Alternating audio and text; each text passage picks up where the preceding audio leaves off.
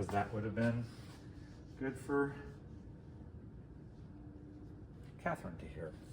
So I'm drawing from that still life. And I'm probably gonna, I talked with Hannah about, you know, the tabletop. I talked with Autumn about, you know, what's going on in the background as far as where the cloth isn't. I kind of like the reflections that are happening in the tabletop. I kind of think that's kind of nice to have some of those. So I might play those up a little bit. I'll probably get rid of the triangle in the corner, and I'll probably extend the drapery over to this side.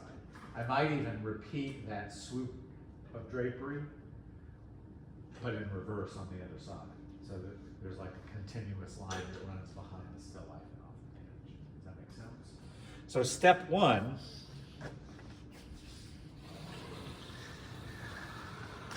obviously I'm doing this on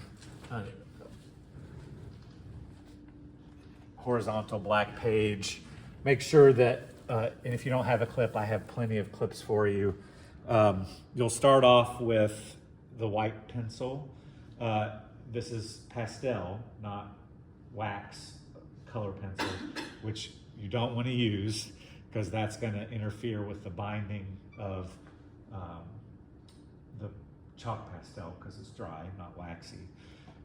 I have plenty, if you don't have one, to share, 2 different kinds actually, and you're welcome to it. I also have some Conti crayon, and then I have just regular artist white pastels. So the first thing to know in this stage is no black. The black is the reserve of the page. For those of you who don't know, the reserve of the page is the color of the page on which you draw. So if it's a blue page, the reserve is blue. If it's a white page, the reserve is white. And basically, obviously within white reserves, that's where your light is coming from if you're not using a white material like white pastel. If you're just using charcoal, you're depending on the reserve of the page for your lighter values, for your grades, etc. In this case, we're drawing in reverse to what we would ordinarily draw. So instead of drawing the shadow, we're drawing the light. And that can be somewhat intimidating because you've got to think about leaving space for like the eye sockets or like all of the little, you know, shadows that are in between the grapes, things like that. You kind of have to think about leaving some of the black of the page to stand in for those things. Now, that said, once we get the whole page gestured in a linear fashion, which is step one, and we start blocking in our light values, if we mess up on the shape, what can we do to correct the shape, to get the dark back? Erase. So we move into a reductive drawing mode at that point. Does that make sense?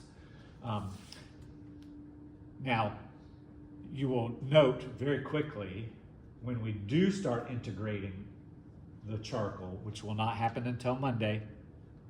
So it's like restrict yourself to just white medium from now until Monday. Okay? Is that the black of the page is really not black. You can see that, right? That's optically not a black tone. It's a dark gray. It's not even a dark gray. It's like a dark gray. Okay?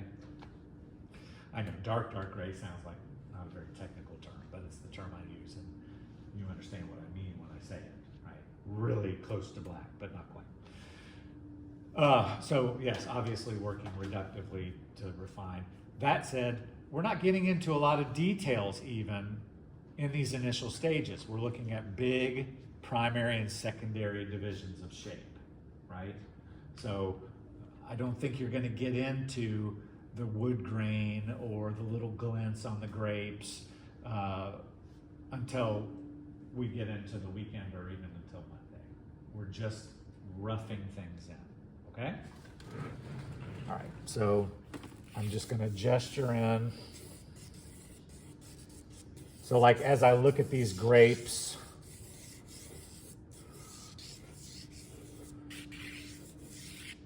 I'm thinking of them as a mass. Do you see why I'm drawing the grapes that way?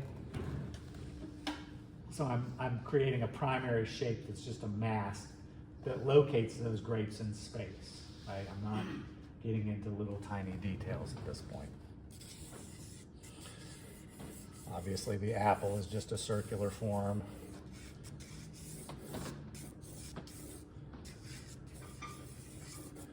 I'm being very gestural too, right? So I'm not getting into any kind of detail. And I remember I want some drapery over here. Can you see, or am I blocking it? No, you can see on the phone. Okay, good.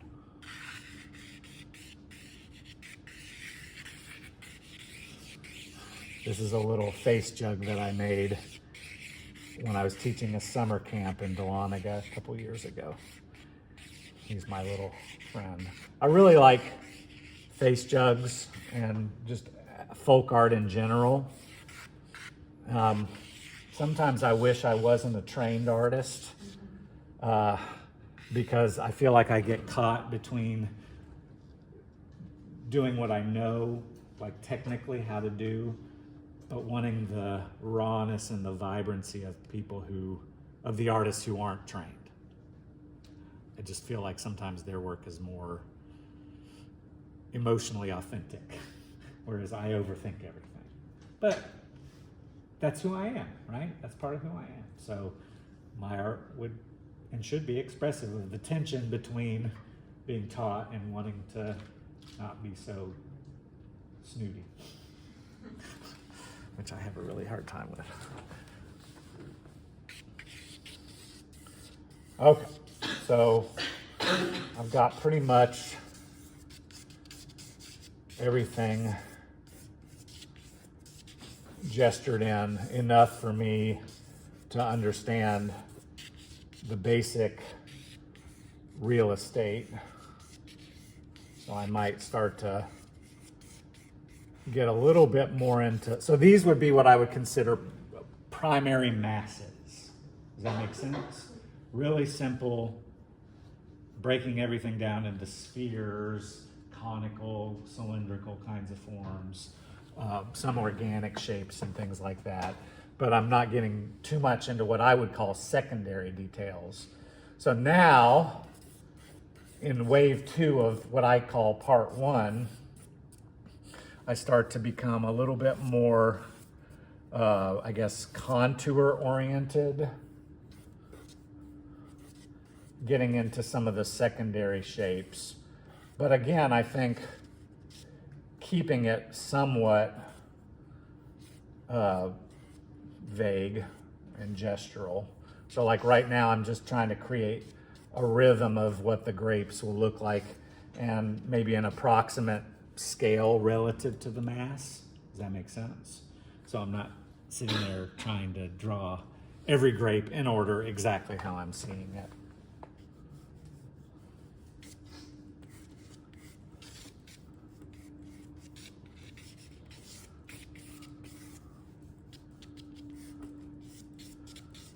I probably will also somewhat be abbreviated with this process. In other words, I'll expect you to be a little bit more precise with what you're drawing the whole time as you move through this stage.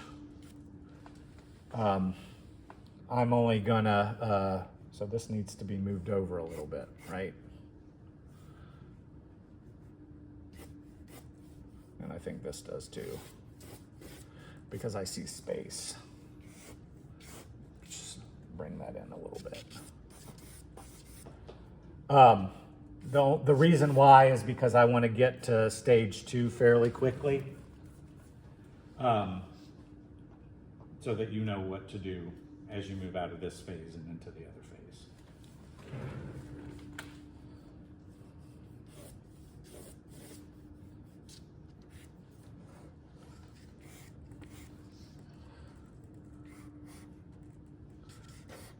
I made the skull too broad.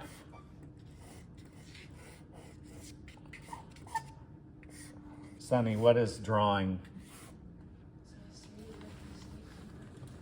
A series of mistakes that you correct. That's what I always tell my drawing 1 class. So if you're not making mistakes, are you drawing? No. So that should give you some peace. It does me. So there needs to be more space here, and this is too big.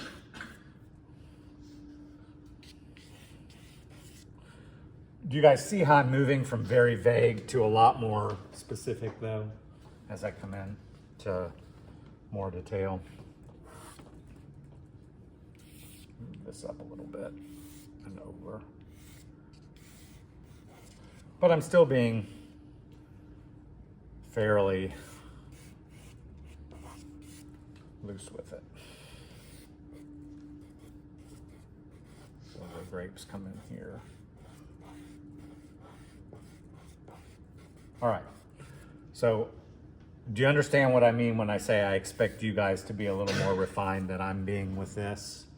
Okay, so I'm just trying to quickly show you in like 15 minutes. Now, you could do this one of 2 ways. So one of the, I guess, philosophies that I'm talking about when I'm talking about working from linear to tonal to detail, I'm talking about very broad and simple to gradually more focused and precise as the drawing moves. Correspondent with that, obviously, when you're working broadly and linearly, you've got to use a tiny mark maker too, which is why you're using the white pencils. Does that make sense? As you move into tone, your best bet is to use the bigger of the pastel types of tools that we have to do broad areas of tone. Does that make sense? That said, if you wanted to gesture in tone,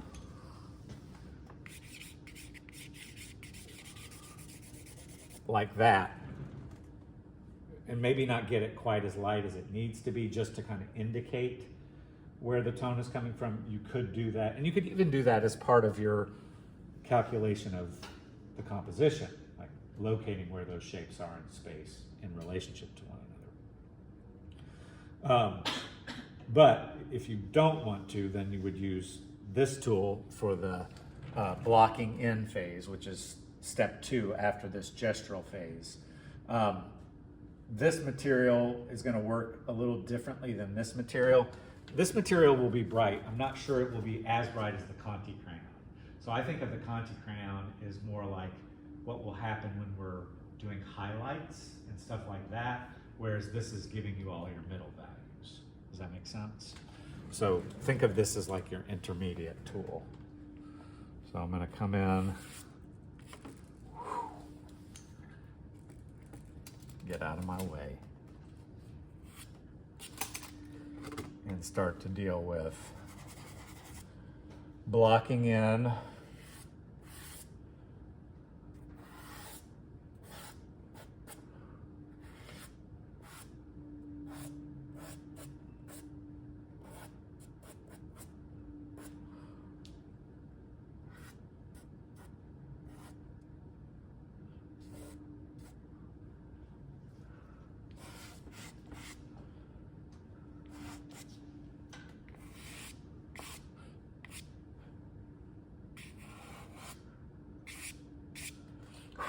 Can you see what's happening over here?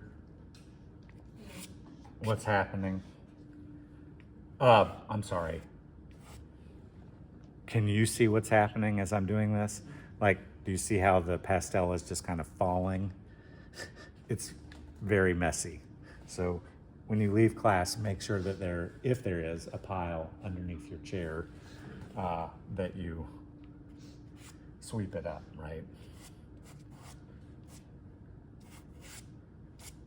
So am I dealing with any kind of detail at this stage? know. So basically I'm just kind of blocking in. So notice that like inside the oculus is not black. It's like a light gray. So I'm gonna use a lot less pressure there than I'm gonna use in the really bright areas. And I'm also not gonna really concern myself with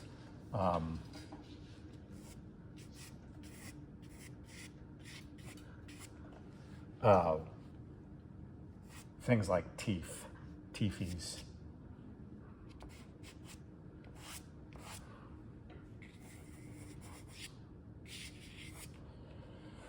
Is this making sense to everybody? So the main thing I think is I'm trying to keep it rough and simple. And I'm really paying attention to pressure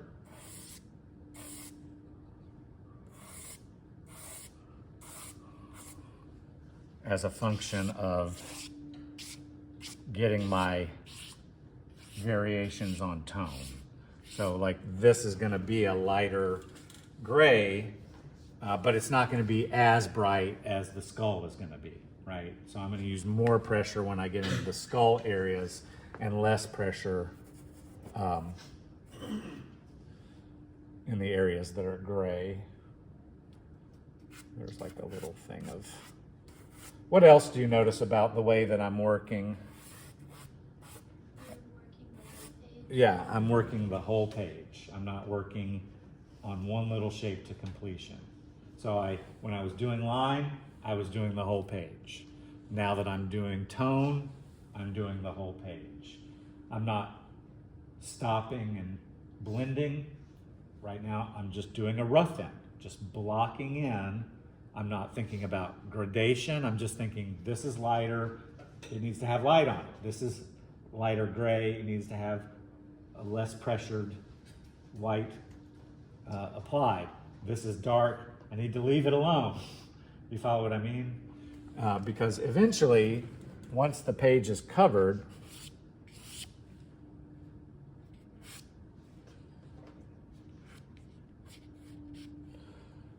I'll be able to come back in and blend it.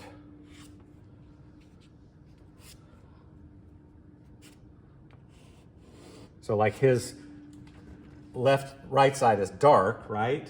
How do we know that? Well, because how do we achieve that? Well, by making what's beside it light. Does that make sense? Actually, I like working from that better. So as this goes from left to right, it's lighter on this side and darker on that side. Probably gonna just kind of indicate with a very low pressure mark making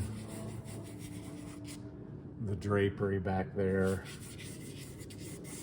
Because it's not black, is it? It's a dark gray.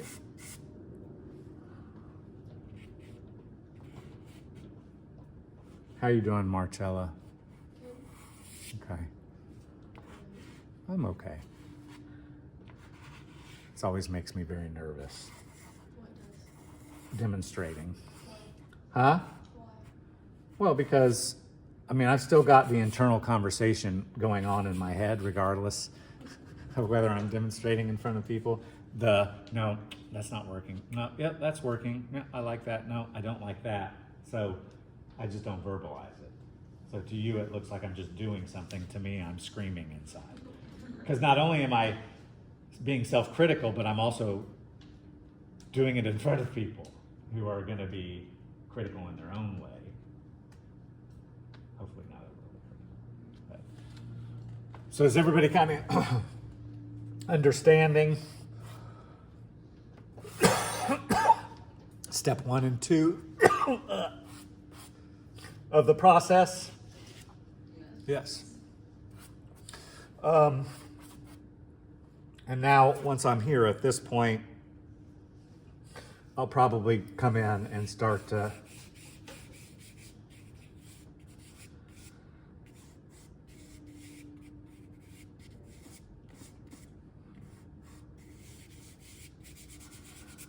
blend in.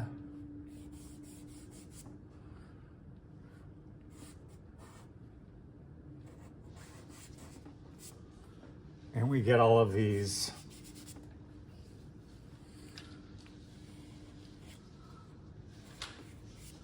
lovely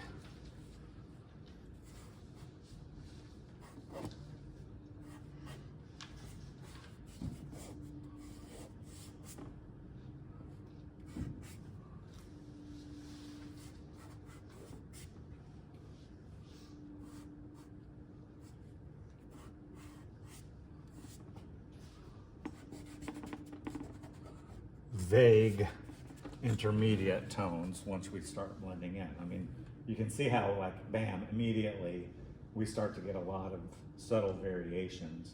But am I sitting there going, oh? Did you notice, like, how I was smearing? How was I smearing? Loosely. I was loosely, and I almost think about it like I'm, this is gonna sound really, Weird. yeah, caressing the skull. You know what I mean? Like I'm feeling my way across the surface. So like with an apple,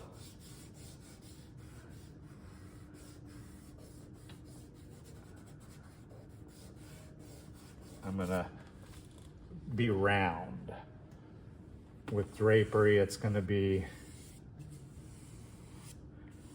smoother.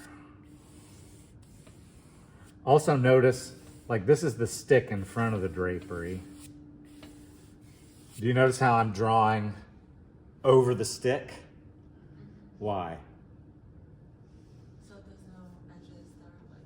Stopping at the edge of the stick, because the drapery goes behind the stick, right? So now I can come in front and start to deal with that stick, and it feels like that stick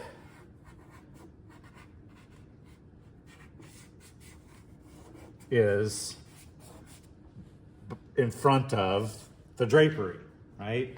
And then I can come in and pull this back in front of that, and now that skeleton is on top of the stick. Does that make sense?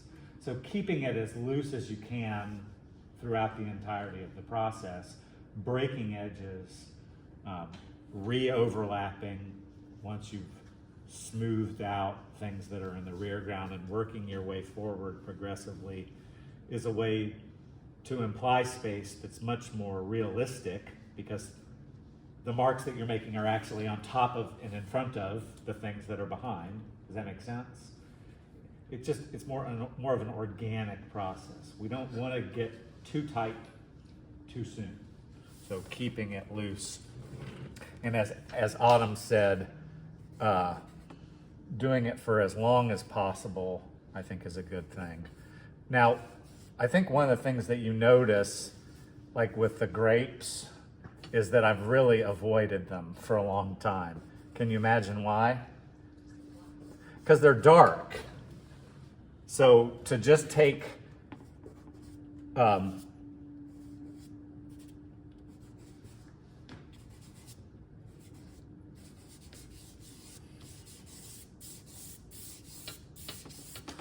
some of the tone that you have on your finger and start to fill in, or I call this mass gesturing, because instead of using line, I'm drawing the mass like in one go. You see how that starts to give you a sense of like darker grapes, complete with their darker shadows in between. Does that make sense? As opposed to sitting here, how many grapes are there in this particular section? Does that make sense? Like, that's my mocking voice, by the way, like mocking people who do things and make them more difficult than they need to be too soon. It's not that that can't happen, but if you've got a good base, that can happen at the end, okay? So what I want you to do today is work on these two phases and try to, and I'll work as you're working, and hopefully by the end of class I'll be about where I want you to be by Monday.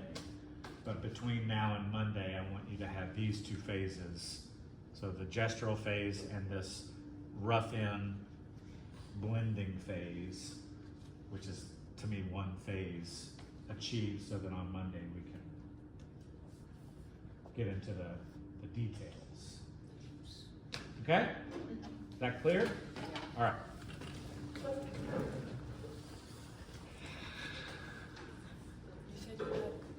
Do you use the chalk or the chalk pencil For the gesture, yeah. Is that what you're asking me? Yeah, like for the line, I guess the line. Yes. Okay. Yes. Should I sharpen this one or should I use that? Where do you have your extra? Ah, let me get some. And by the way, drawing boards, they're all over the place. Maybe I should say what? Absolutely.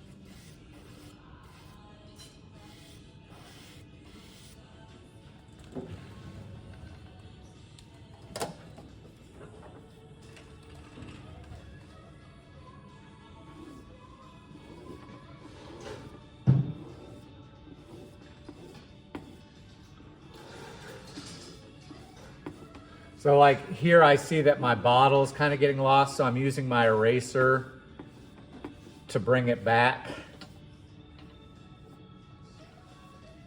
And that does a really good job at pulling that bottle forward and pushing the drapery back behind.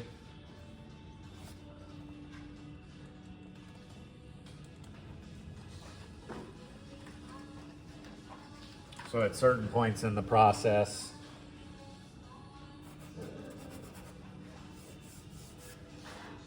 that definitely becomes a need.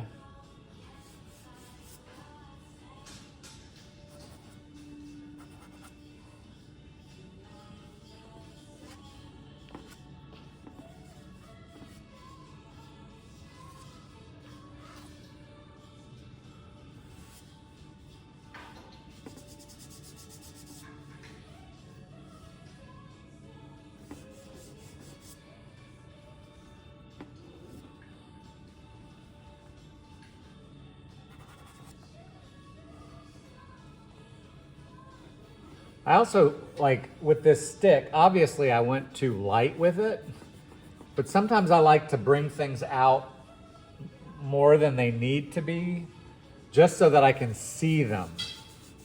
And then I adjust them to their correct value ranges later in the process. And obviously at that point they become more, I guess, correct. So like if I'm looking at this stick honestly, a lot of it is dark. So I can take my eraser and pull it back.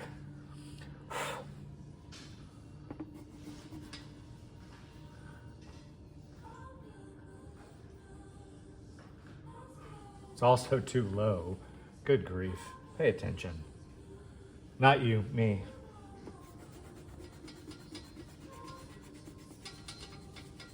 And remember, when you're erasing back, you may not get back to the black of the page, and that's okay, because eventually we're going to use our black tool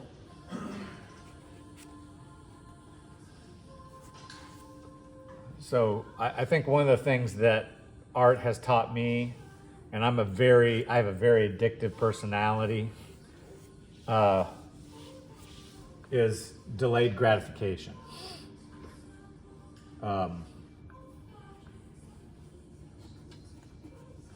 I tend to be a little impulsive. An artist helped me with that.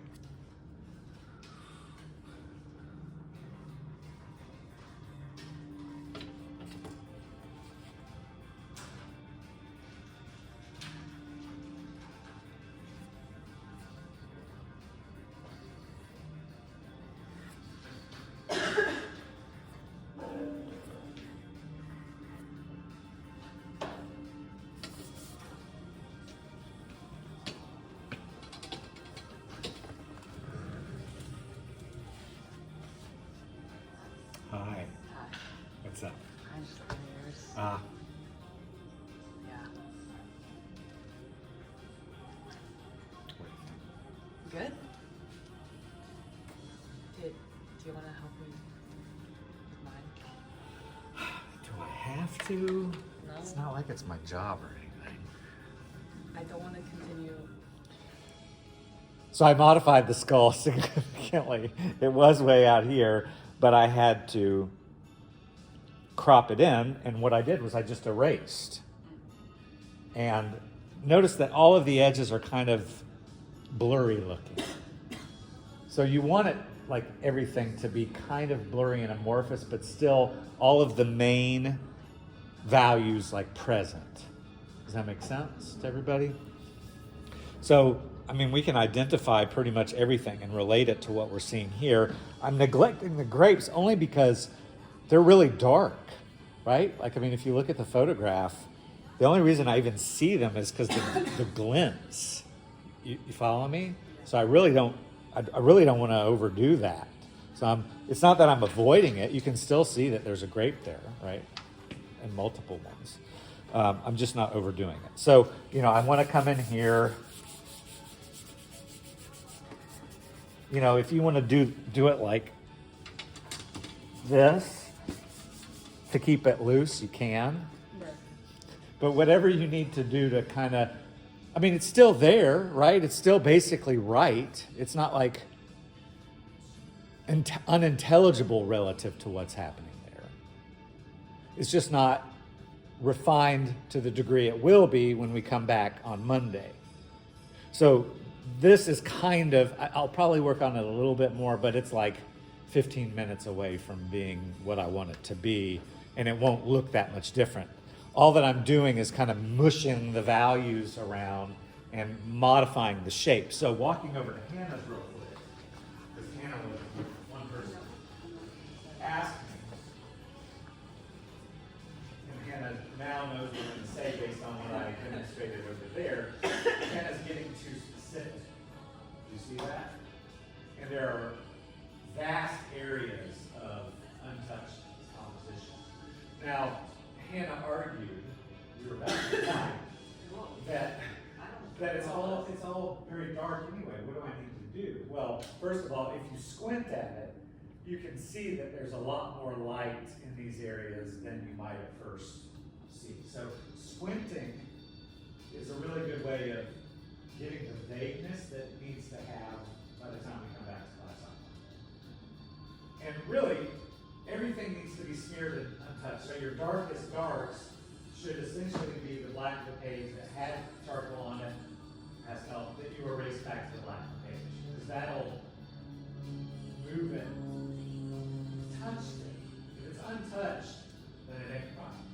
That makes sense? So like, this is precious, and it's beautiful, but it's totally wrong when it comes to the perspective that's here. Yes? This skull is like this. This skull is like that. You saw what I mean? And the reason is the same reason that I too much forehead, right? Look how little forehead there is. Does that make sense? So move it. Like, one of the most dangerous things, and I can't remember the exact quote, but it's by the artist Richard Devenport. Don't fall in love with the pretty initial position of things. Destroy it. Bring it back. And not just haphazard, like let's destroy it for destroying its sake. No. Don't satisfy yourself with pretty good. Follow me? Yeah, you may be able to draw. You may be able to make something look very beautiful, but if it's wrong and beautiful, it's still not beautiful.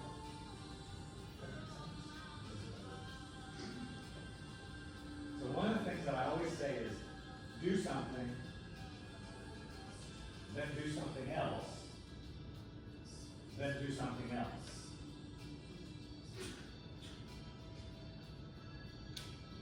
Because if you've done something 3 times in the same area, you put more investment in it. A good job has more investment in it. Doesn't matter what your calling is. It's the same in art as it is in any other job. You follow me? So, like, paying way too much attention to that skeleton. gotta get it right. If I don't get it right, it's not, there's no point in doing anything else. Does that make sense? Work the holes.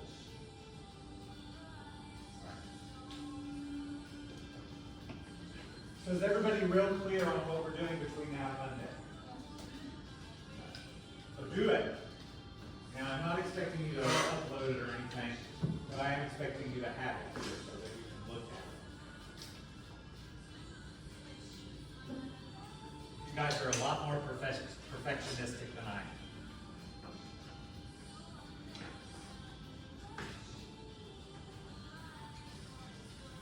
Oh, good Lord, that's too perfectionistic. Get it in there. Then turn that on. It's not that I don't like that you're doing that or capable of doing that, but it's going to take you 8 times as long to get that thing mapped out if you do it that way. Just get it all mapped out very roughly and basically, then come back on Monday and turn on that part of who you are. Because it's not that that's bad, it's just inefficient. Does that make sense?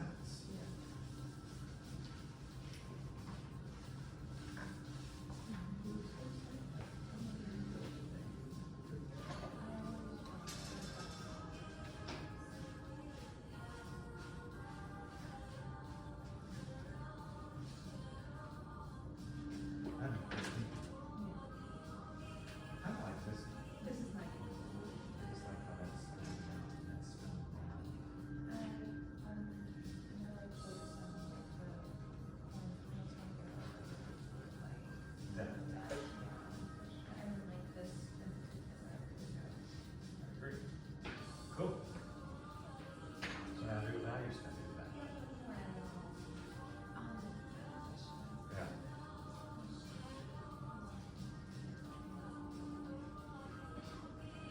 It's like 7:25.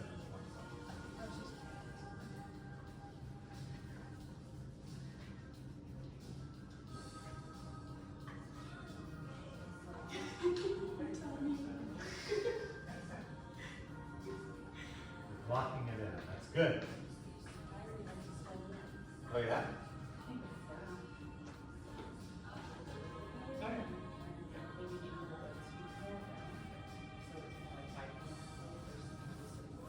Do me a favor. Ignore that and deal with this. You have plenty of time to do that. It's just, this is what I just was saying over there. It's not that you can't do the attention to detail. It's just when you do it. So it's about efficiency. I'm not trying to change who you are as a person or I mean, I get into that phase eventually too. It's just, I know when to do it. And the other thing is like right now I'm stepping back and you guys don't have this sensation because you're not me. You're not in my process of working, but I'm stepping back and looking at this. I'm like, oh, that looks a lot better than it did when I was up close. Because when you're up close, you're aware of all the messiness and the decay and destruction that's happening. So squinting, stepping back, these are all, what professional artists do. But we still need to be reminded